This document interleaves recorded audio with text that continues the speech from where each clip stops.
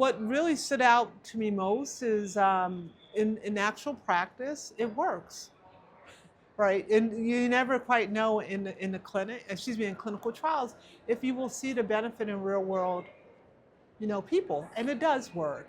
The other thing that we're seeing in real world is that there's some people who are using it who are very overweight, higher weight than what was in their actual clinical trials, and there's a benefit.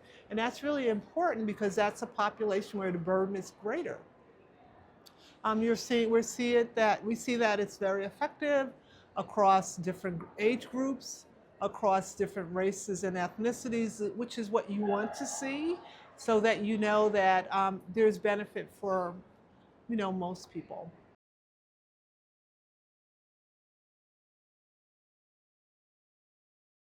What the primary care provider needs to know is one, they both work in terms of reducing the hot flash through the NK3 receptor antagonists. And these particular receptors are on KNDy neurons, which are the neurons that trigger hot flashes. So they should know that the treatment is fairly specific. The difference between the elinzanetant and the fezolinetant is one is an NK3 receptor antagonist and one is an NK1/3 receptor antagonist. And the NK1 receptor is expressed in areas of the brain that are important for sleep.